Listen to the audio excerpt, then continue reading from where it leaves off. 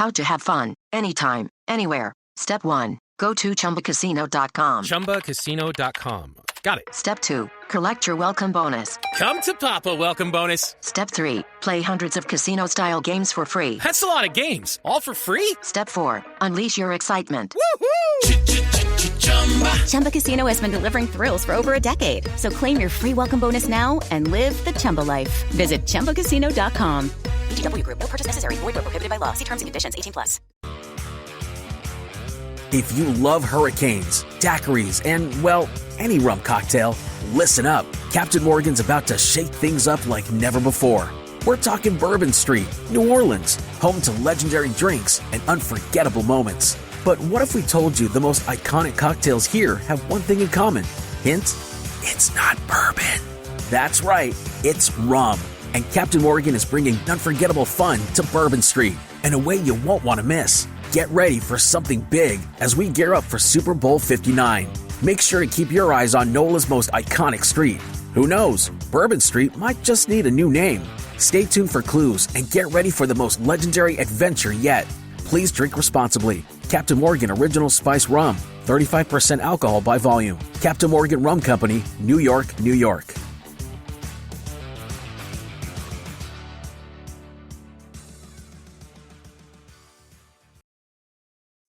Roma Wines, R-O-M-A. Roma Wine Company of Fresno, California, bring you Suspense. Tonight, Roma Wines bring you Miss June Havoc in Stand-In, a suspense play produced, edited, and directed for Shenley by William Spear. Suspense, radio's outstanding theater of thrills, is presented for your enjoyment by Roma Wines. That's R-O-M-A. Roma Wines. Those better tasting California wines enjoyed by more Americans than any other wine in the world. And thanks to this tremendous popularity, you can now serve Roma wine more often. Roma prices have been reduced to save you money on every bottle you and your friends enjoy. We'll tell you more about this money-saving opportunity later on. And now, Roma Wines bring you Miss June Havoc in a remarkable tale of suspense. She's here, Diana. Get W.C. Tell him, will you? And Jensen, take on those 40 Western Union boys that were supposed to come out and sing Here Comes the Bride. Very good, sir. And everybody take it easy now. Keep calm. What do you want to do? Give her a nervous breakdown? Right this way, boys. Hello, darlings. Hello, everybody. Madame is home again.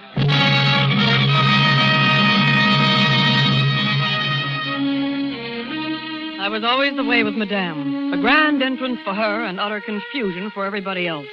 She was rotten spoiled. But what could you do? On the screen, she looked like an angel. And she was the top box office draw of the biggest studio in Hollywood. Everybody heard the story by now, of course. That is, the 9-day wonders version that the newspapers carried. But there are only 2 people in the world who know the real story. And I'm one of them. You see, I was her stand-in. This particular little caper all began just before her latest picture was supposed to go in front of the cameras. And she suddenly decided she simply couldn't bear to be making only $10,000 for a whole week's work and took off for Florida. Nobody heard a word of her for 2 months except in the newspapers. Little things like she'd married her 5th husband and lost $40,000 in one night at roulette and bought an old Spanish monastery and was going to bring it back to Hollywood stone by stone. And then all of a sudden she was coming back. That very day. With husband and monastery and everything, and everybody had to jump. The retinue had been waiting all afternoon and going not so quietly crazy, particularly Mike Foss, her publicity agent, and me. I was having a whole duplicate set of dresses fitted so we could start the picture the minute she got back. She swept in, and I took a look at the new husband. And the minute I saw him, I knew there was going to be trouble, because he wasn't taking it well. He wasn't taking it at all well. Madame, for the love of Pete, where have you been? W.C.'s been blowing his top all day in the newspaper. Now, Michael, darling, everything's been taken care of. I sent W.C. a big box of orchids from the airport. And I brought a few of the newspaper boys along with me. You did? Hello, Listen, Pogo, darling. I want to talk to you. First, I wanted to give you... by the way, everybody, this is my new husband, Dennis O'Brien. He flew me out. We bought a little 4-seater. Isn't he gorgeous? Gorgeous. Such an improvement on Romana, doesn't it? Say hello to the folks, Denny, huh? Hello. Say, how about a couple of nice pictures of the bride and groom, huh? Oh, well, darling, I think that's a splendid idea. Come on, Dennis. Come on, a little to one side, I think, darling. Leaning That's right. Not too far into the picture. Anywhere you say. There. Now, isn't that about right, boys? That's fine. Now, one of you alone, Oh, madame. certainly. You can go now, Dennis. I'll join you a little later, darling. Just look around the house. Make yourself at home. Thanks. Hold it, madame. Thank you. Goodbye. Oh, that's all right. Madame, I was wondering about your hair. Are you going to wear it up in the cathedral scene? I am Trey beat. Lawrence and our miners' party was beaucoup. Madame, really. Madame, I wonder... Diana, darling, I hardly noticed you. How are the new dresses coming? That one you have on looks lovely, dear. Well, you look you. lovely, too. Well, thanks, Madame. I was wondering please, if... will you go? Diana, dear, I shall have to go and have that awful ordeal with W.C. and the Schwartzes will be Well, here. certainly. Oh, Good night, Madame.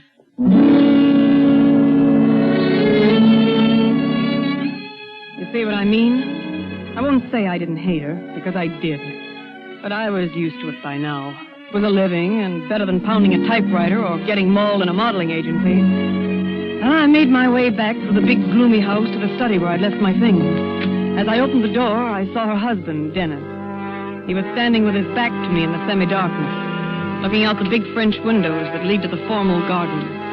He turned his head a little when I came in, and then back again, staring out the window. But even from where I stood, I could see that his big shoulders were bunched into knots. I could kill you when you're like that, Maggie. What do you think I am, one of your Great Danes that you're going to haul around on a leash and put through parlor tricks? But I'm not listening now, Maggie. I'm telling you. Now, cut it out, or so help me some night I'll murder you. Well, I'm sorry, Mr. O'Brien. I didn't mean it. Oh, I thought it was Maggie. Oh, so I gather. Excuse me. Oh, that's all right. Forget it. I know you didn't mean it. No. That's where you're wrong, sister. Oh? I meant every word of it. I looked at him, handsome, weak, and violent. And I think I saw it all right then. For one split second, a flash of intuition, the future lit up in front of me like a marquee sign, a sign in big red letters that said, murder.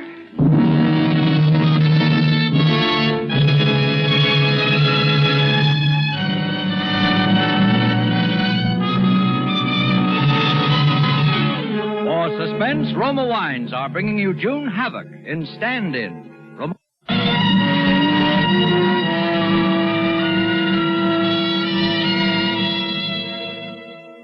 I don't have the right face for the screen, but I've got everything else. And Denny knew it. I didn't keep it a secret from him either.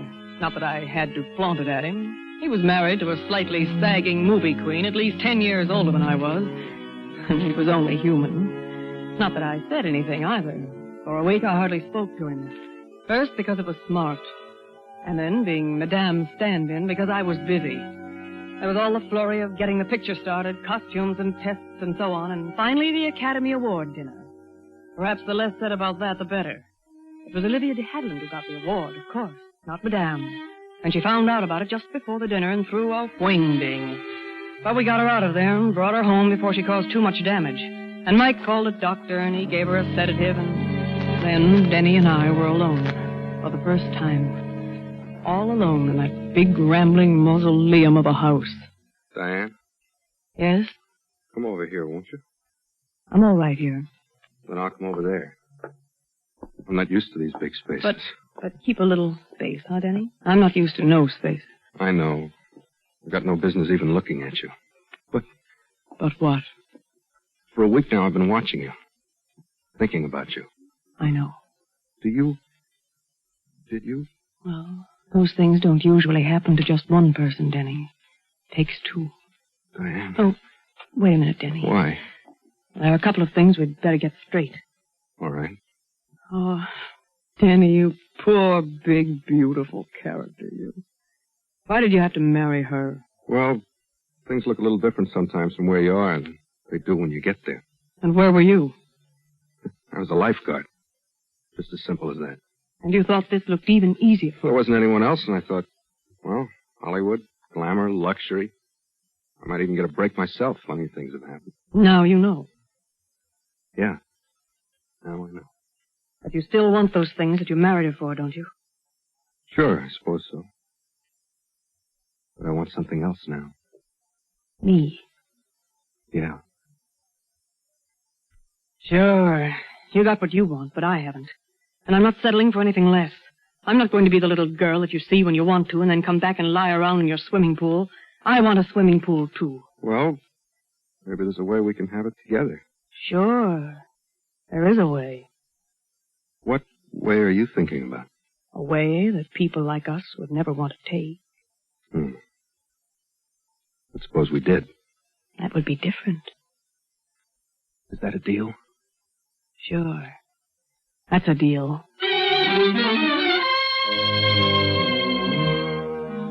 Casual. The light touch. But it was there just the same. We never spoke about it after that. Things went along and, well, I'm only human, too. But there was always that understanding between us. All that time we were just waiting, I guess, for what they call in the crime stories the opportunity. And then on the last week of the shooting schedule on Madame's new picture, it came. There was only one more take before we knocked off that day, so I was free to go home. But everybody else was jumpy and irritable as usual, particularly Madame. And then I saw Denny walking down the stage. Don't blame me for holding up the picture. You're the director, I'm not. Oh, please, Madame. I'll be ready any time you say. Make it 10 minutes. Well, really. Okay, fellas, move in for the close-up. Oh, hello there, Maggie. Oh, it's you. Yeah, when are you quitting? Oh, Dennis, how do I know? I'm not the director. I'm merely the star. You know, we're supposed to be aboard the yacht by 7:30. There'll be people waiting. All right, let them wait. Yeah, but yesterday you said that you wanted... yesterday I said one thing. Today I am working. Now shut up and leave me alone. Don't talk to me that way, Maggie. What? I'm your husband, remember? Yes, and I've had about all of that I can stand, too. Now you get out of here. Do you hear me? Get out of here. Okay, Maggie. And you might start looking for a good divorce lawyer. I think you're going to need one. Hello. Oh, hello, Diane. Let's take a little stroll out to the gate, shall we? I could use some fresh air. Come on. We'll duck out the big stage door here. Okay. Well, it doesn't look like I have much longer, does it? Not much. Now or never. I'm not quite sure I know what you're talking about, Denny. Let's quit kidding ourselves. You know what I'm talking about. If she divorces me, we're finished. You're finished. All right, I'm finished. So if we are ever going to do anything, it's got to be now. All right, let's quit kidding ourselves. Are we going to do anything? I would, if I knew how. There's the guard at the gate. Good evening, Mr. O'Brien. Miss Burke. Uh-huh. Oh. Hey, Madame, can I please have your autograph? Afraid you got the wrong gal, Sonny. I'm not Madame. You can't fool me, Madame. You're shooting that picture, Carmelita. Oh, go on, beat it, will you? I even seen you in the same dress lots of Oh, times. sure, they fixed me up to look like Madame, but I'm not. I'm only her stand-in. Stand-in? Come on, Diane. Wait a minute. Look, Sonny. They gotta have somebody standing in there so they can focus everything just right, and that's me. Then when they're ready to shoot the scene, Madame comes out all fresh and pretty and plays it. You see now? Oh, you sure look like her, though. Well, that's what they pay me for. Diane. What? That's it. That's the how, right there. The what? How. The kid just told us just now. Don't you get it? The how? How to... Sure. Out of the mouths of babes. How to murder your wife. The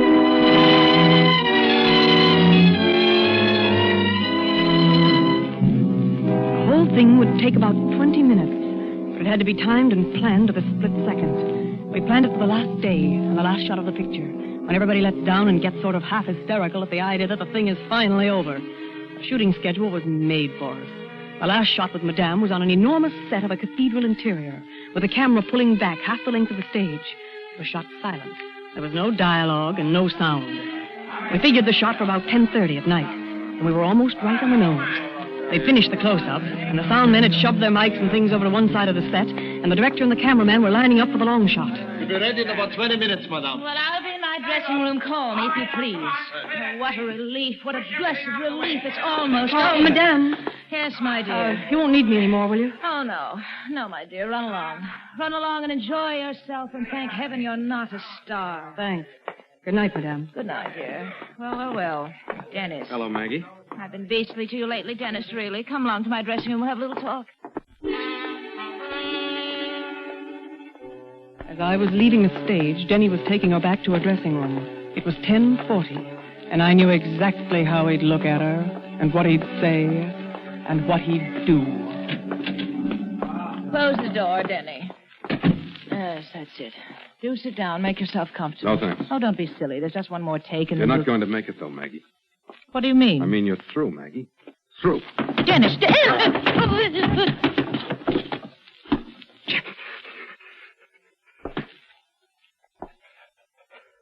Hello, it is Ryan, and I was on a flight the other day playing one of my favorite social spin slot games on ChumbaCasino.com. I looked over at the person sitting next to me, and you know what they were doing?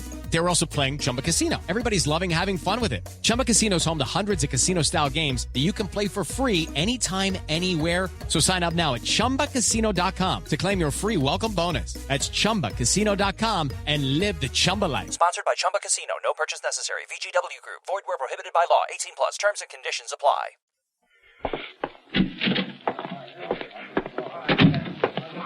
You leaving us, Lenny? Yeah, I got my orders. She said to call her when you're ready. Okay.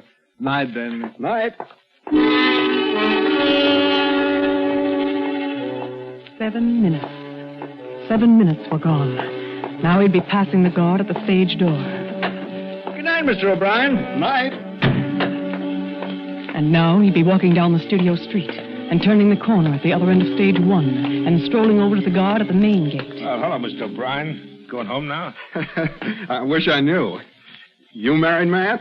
I know what you mean. Well, I got my orders, and all I can do is carry them out. Ours not to question why, huh? Yeah, that's right. You waiting for Madame? Yep. She told me to wait until exactly 11 o'clock, and if she wasn't out here to go on home, so I got 10 or 15 minutes to kill. Cigarette? Oh, thanks. Don't mind if I do. He'd stay there now. He'd stay there until it was time. It was 10:49.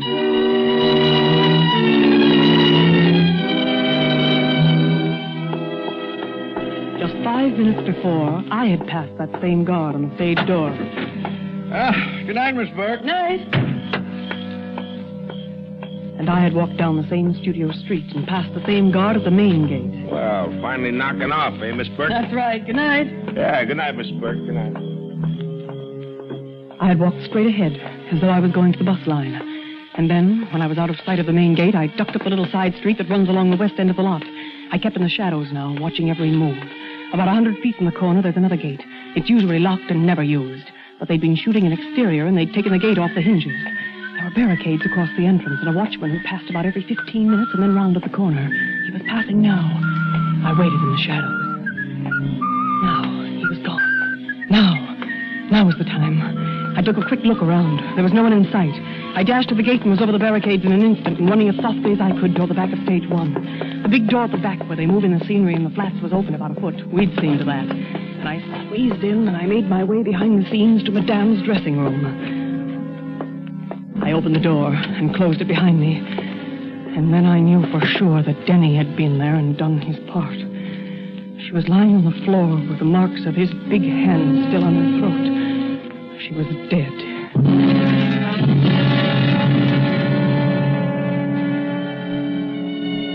It was 10:57. I had on the costume with the veil over my face, and there was nothing to do but wait. Wait there, shut up in a little room with a dead woman. For them to call her, and for me to play her part. I tried not to look at her lying there, and finally... We're all ready, Madame. I waited for the steps to die away. And then I opened the door. As Denny had said, it was now or never. I walked out and took my place on the set. You ready, Madame? I nodded my head. Rolling. Speed. Action.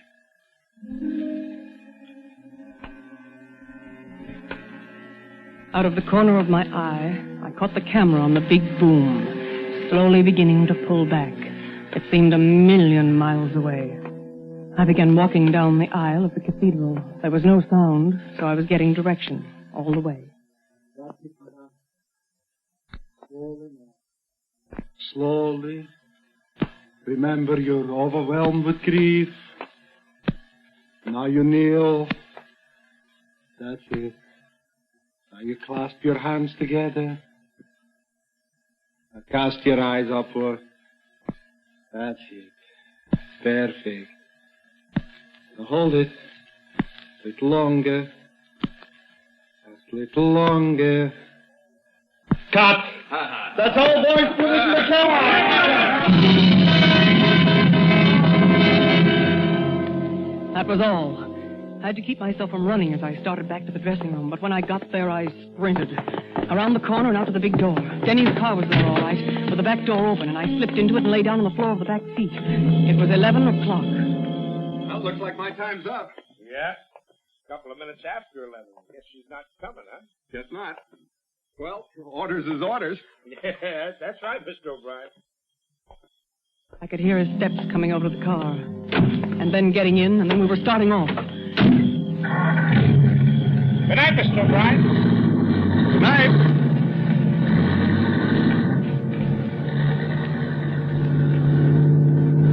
You back there, Diane? Yes, I'm here.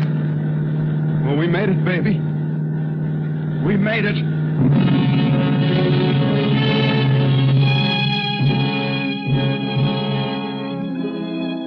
We knew they probably wouldn't find her till the next day. Even a director wouldn't dare disturb her if he got no answer at the dressing room door, and that's what happened.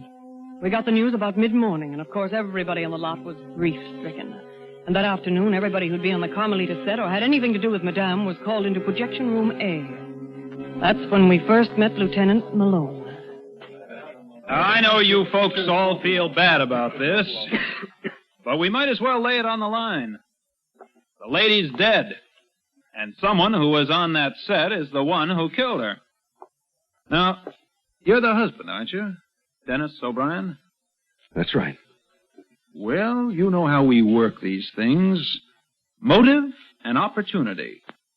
And just offhand, Mr. O'Brien, you practically got a corner on the motive market. I suppose I have. Oh, but Lieutenant, a dozen people saw Mr. O'Brien leave the set before she was killed, before she made the last shot, and he was out talking to the guard the whole time after that, and then he went straight home. He couldn't have done it. Yeah, I know. It's a good alibi. Awful good. Well, how do you know some stranger didn't kill her?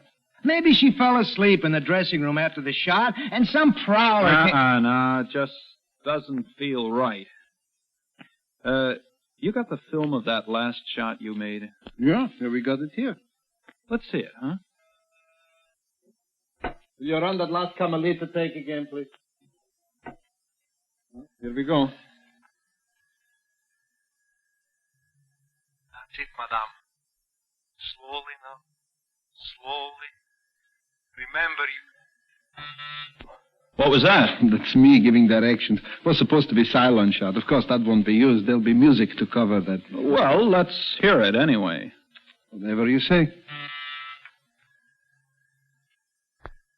it. Perfect. Now hold it. A little longer.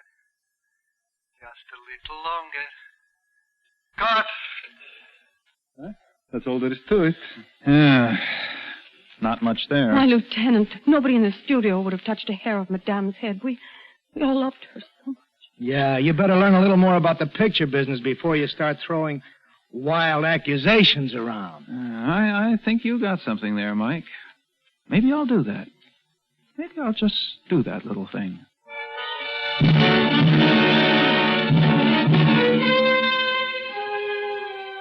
A month went by. Of course, Denny and I didn't dare see much of each other, but things were going along. I'd even had a couple of small parts. On the strength of all the publicity about Madame, somebody discovered that maybe I did have the right face for the screen. And then one day we got a call to go to Projection Room A, and there was Lieutenant Malone again. Just make yourselves comfortable, folks. I got something to show you. I hope it's more than you had the last time. Yeah, Mike, yeah. I've been learning the picture business, like you said. I learned a lot, too. All about silent shots and sound shots and wild track and dubbing and stand-ins. You were Madame's stand-in, weren't you, Miss Burke?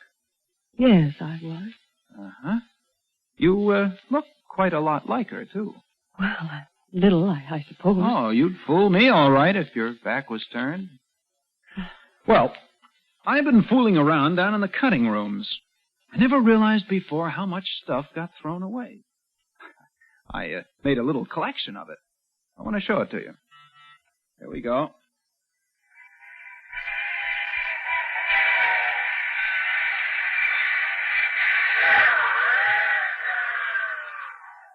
Now, that is a wild soundtrack. You make that separate and mix it in after you've made your film, right?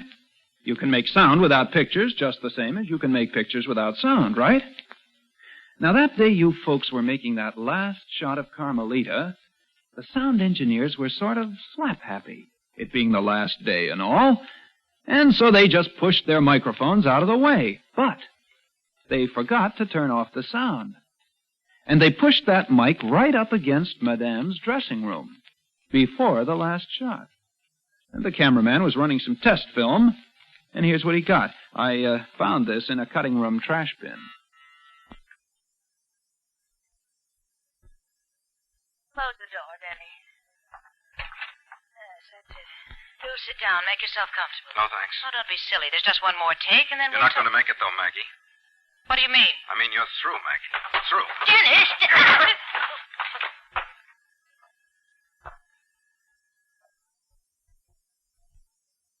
Well, I guess that's it. Huh, Mr. O'Brien? Miss Burke? Yes. Yes, I guess that's it.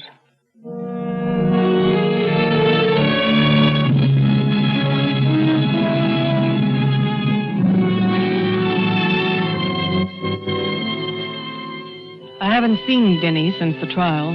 I wonder if I'll see him afterwards. If what the preachers say is right, I suppose I will. And, of course, Madame will be down there, too. I can't think of any worse punishment than being her stand-in through all eternity. So I suppose that's what I'll get.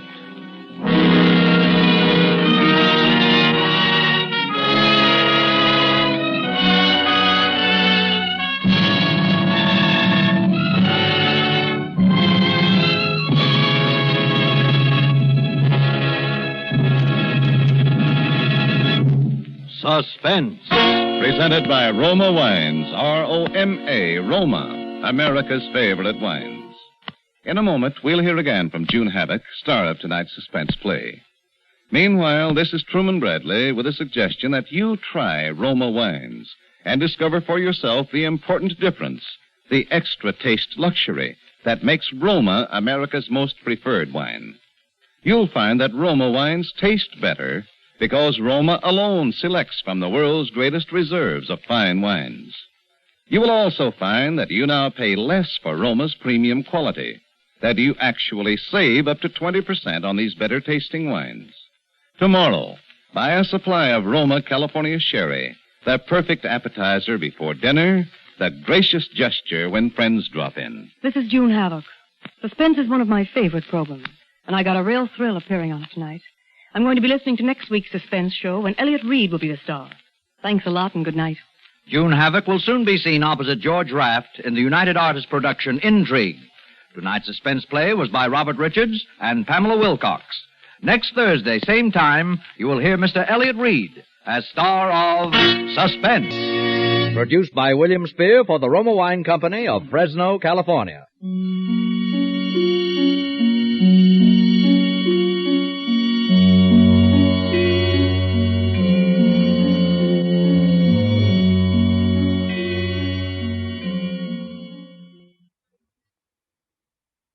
Hello, it is Ryan, and I was on a flight the other day playing one of my favorite social spin slot games on ChumbaCasino.com. I looked over at the person sitting next to me, and you know what they were doing? They were also playing Chumba Casino. Everybody's loving having fun with it. Chumba Casino is home to hundreds of casino-style games that you can play for free anytime, anywhere. So sign up now at ChumbaCasino.com to claim your free welcome bonus. That's ChumbaCasino.com and live the Chumba life. Sponsored by Chumba Casino. No purchase necessary. VGW Group. Void where prohibited by law. 18+. Terms and conditions apply.